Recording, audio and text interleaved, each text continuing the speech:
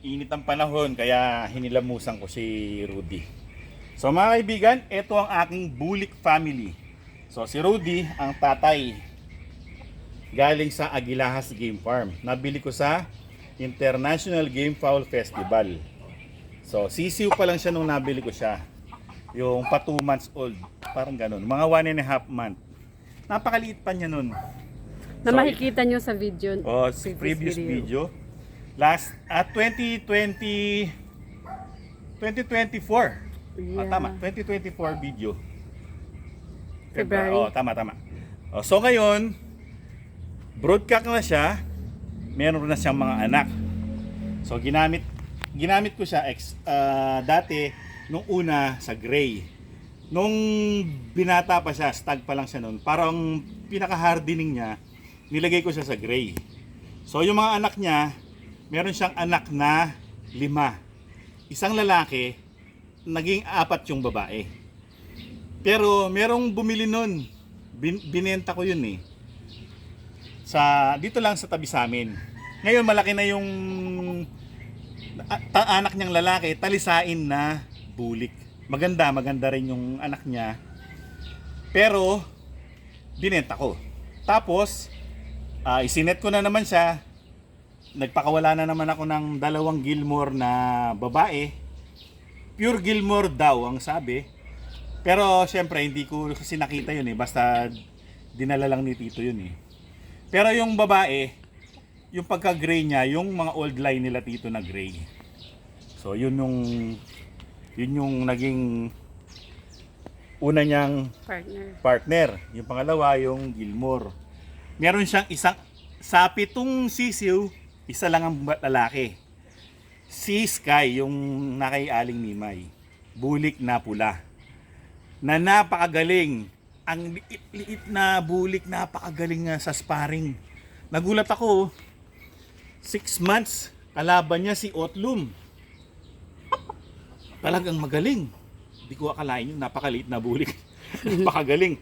Well, yun ang mga una niyang karelasyon, no?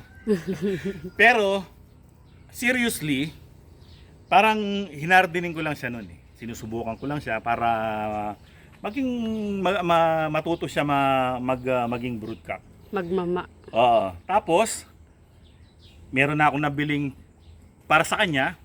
Nabili ko sa Fiestag. Yung aking Rapapap na Pure Gilmore galing kay Sir Rapi Yulo. Yun. Nabili ko yun pulet.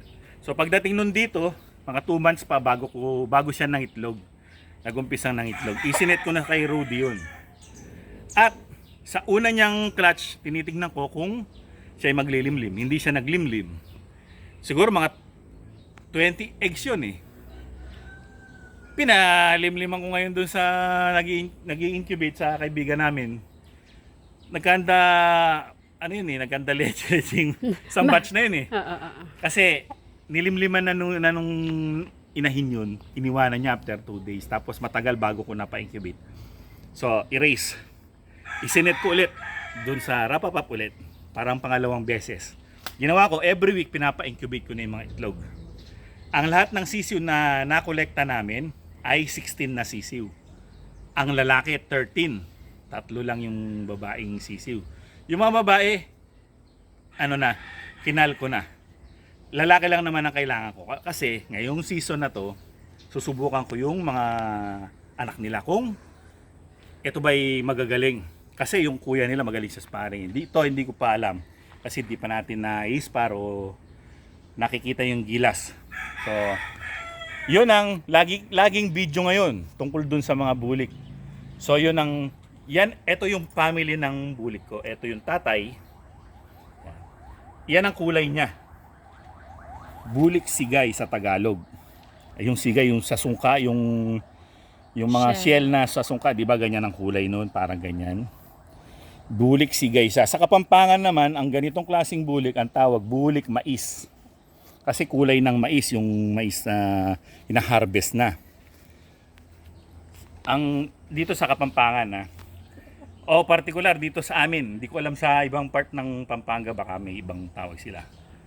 So, ito yung variant ng kulay niya. Bulik sigay. Ang tawag dito sa alam ko sa Tagalog yan, ang kulay niyan. Ito yung favorite kong kulay sa bulik. So ayan si Rudy, meron siyang wing band ng number ay 1023 na Agilahas. Yan nakasulat dito. Agilahas. So ang wing band niya original, stainless. Tapos meron siyang leg band number 3. Yan, Barangay Dona number 3 yung leg band niya. Yellow legs, walang tibak. Although madumi lang yung paa. Kasi nga dahil sa nagbabasa ako ng kanyang lugar. Straight comb. No? Bright yellow eyes. Straight comb siya. Medyo malaki ang ulo niya. Hindi siya malitang ulo. Pero ito yung mismong ganito itsura nung hawak ni Sir Jenjen Arayata dun sa magazine. Sabi ko, nakita ko yung magazine eh. Meron si Tito nun eh. Sabi ko, yan ang gustong gusto kong bulik. Ganyan itsura, ganyan lahat. Piko, malaking ulo, yellow eyes. Tapos may konting white ang ear. So, sabi ko, ganyan na ganyan. So nung bumili ako ng sisiu, naghanap ako ng light na sisiu, yung halos puti yung kulay niya. Kasi yung sa aking experience sa mga bulik, pag ganun yung kulay, pag lumaki ganito. Kasi meron na akong mga unang bulik na ganito yung kulay eh. Pero mga bulik ano lang yun, bulik Bulik dito bulik lang. mix. Hindi yun pedigree ng mga bulik. Pero may nananalo, meron din naman natatalo. Pero gusto ko kasing kulay na bulik dati pa. So well, ayan si Rudy. Ibababa ko na para siya makakain na, meron siyang pagkain. Pupuntahan naman natin yung nanay. So, ang aking bulik family, ang tatay. So, eto yung nanay ng mga bulik. Ayan. Isa siyang pure Gilmore ng Rapapap Game Farm. Wala kay Idol Rafi Yulo. Wala siyang wing band. Wala. Pero meron siyang leg band na RPY 454. Yan, 454. Yung kanyang leg band. Tapos meron siyang leg band na Barangay Dona number 4. Si Rudy number 3, siya number 4. Oh, yan ang kulay niya, light side siya, hindi siya yung dark na Gilmore. So siya mismo pumili nito. Dinescribe ko si Rudy sa kanya, sabi ko high station. So namili siya ng medium station para sabi niya yung mga magiging anak hindi masyadong malalaki. Para pag tumanda maganda pa rin ilabang kasi hindi sila mabigat. Hindi malaki yung mga magiging kalaban mo, sabi niya. Para kung mapaulutan man o derby man yan, nandun ka lang sa gitna, sabi niya.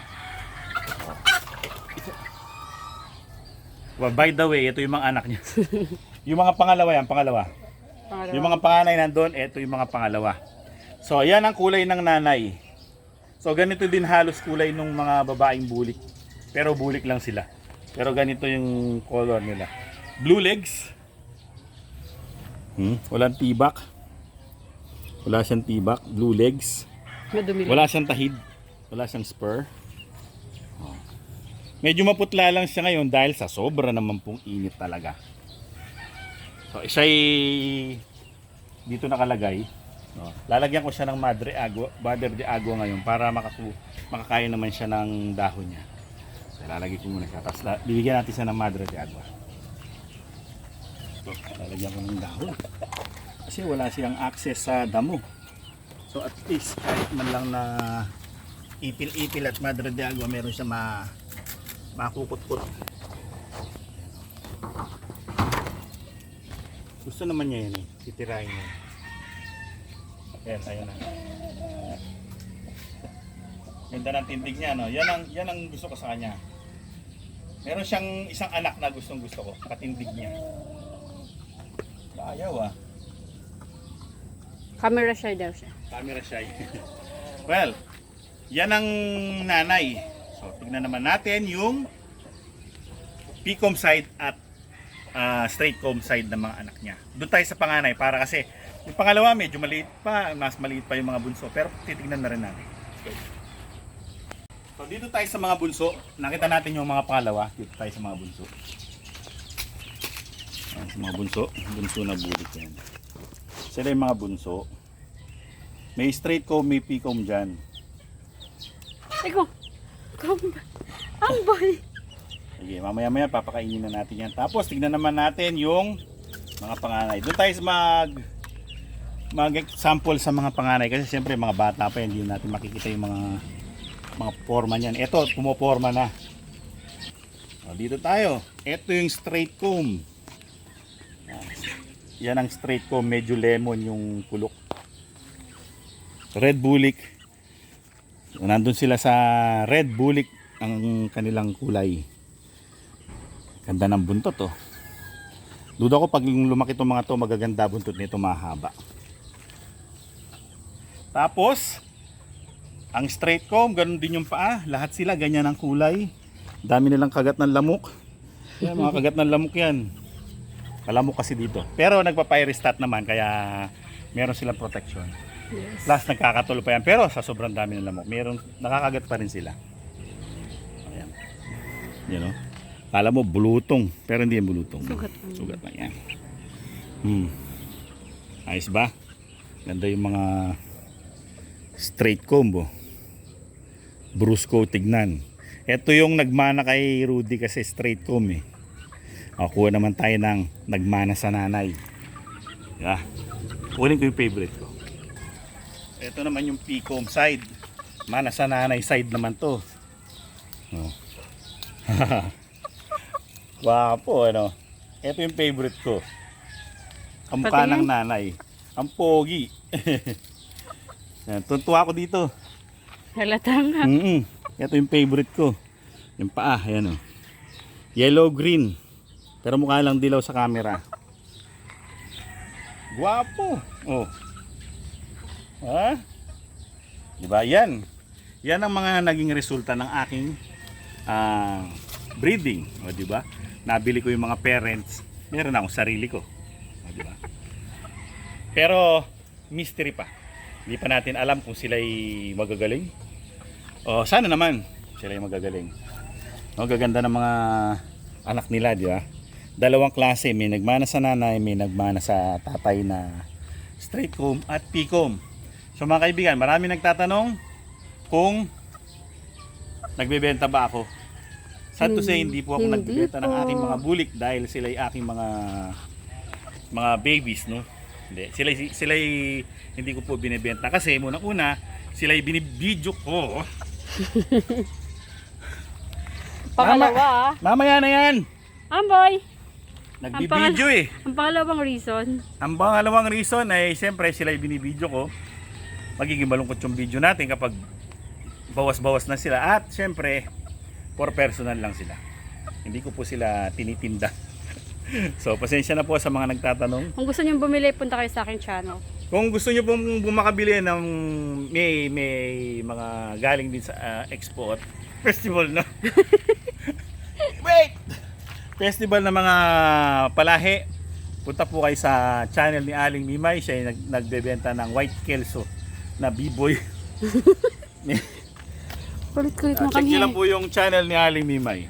Well, mga kaibigan, yan ang aking Bulik family. Hanggang sa susunod na episode. Maraming salamat sa inyong panonood. Paalam. Paalam, Max. Ay, Maxine. Paalam, Amboy.